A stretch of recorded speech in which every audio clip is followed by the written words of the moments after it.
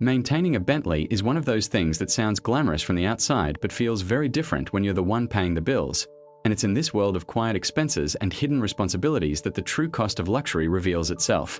A Bentley is built by hand, shaped by craftsmen who spend hours stitching leather, balancing engines, and perfecting details most people will never notice.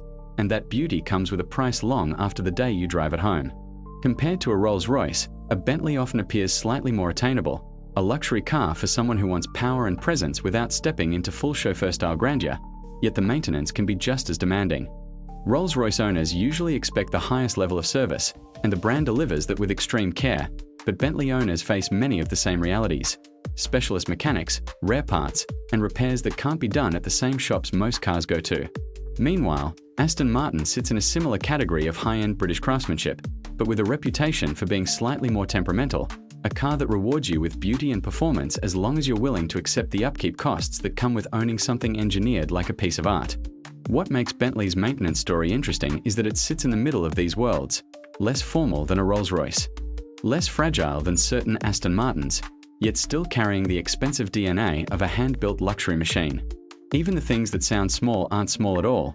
An oil change can cost as much as a holiday, new brakes can cost more than a used car, and if something goes wrong with the air suspension, the bill can feel like a punch to the chest. But the real reason owning one costs so much isn't greed or some mysterious luxury tax, it's the engineering. These cars are made with materials that last, engines that produce enormous power, and technology designed to deliver comfort at a level normal cars don't even try to reach.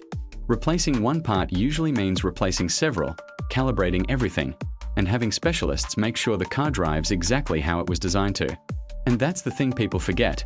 Luxury doesn't end when you buy the car, it follows you every month, reminding you that greatness is never cheap.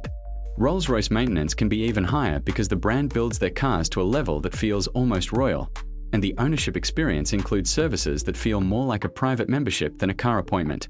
Aston Martin, on the other hand, can surprise owners with sudden costs because their cars lean more heavily into performance engineering, which means more stress on components and more frequent attention.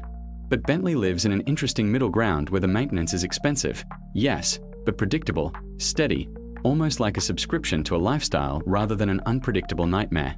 And that is what makes owning a Bentley so fascinating. You're not just paying for a car, you're paying for the feeling of being transported, the quiet power under your feet, the handcrafted world you sit in every time you close the door. The cost doesn't feel fair or unfair, it just feels like the price of belonging to a club where the rules were written long before you ever showed up. Bentley, Rolls-Royce, and Aston Martin may look similar from the outside, but the true cost of owning them is not just money, it's commitment, understanding, and the willingness to carry the weight of luxury long after the excitement of buying the car fades. And for many owners, that's the point. The price is not the problem. The price is the privilege.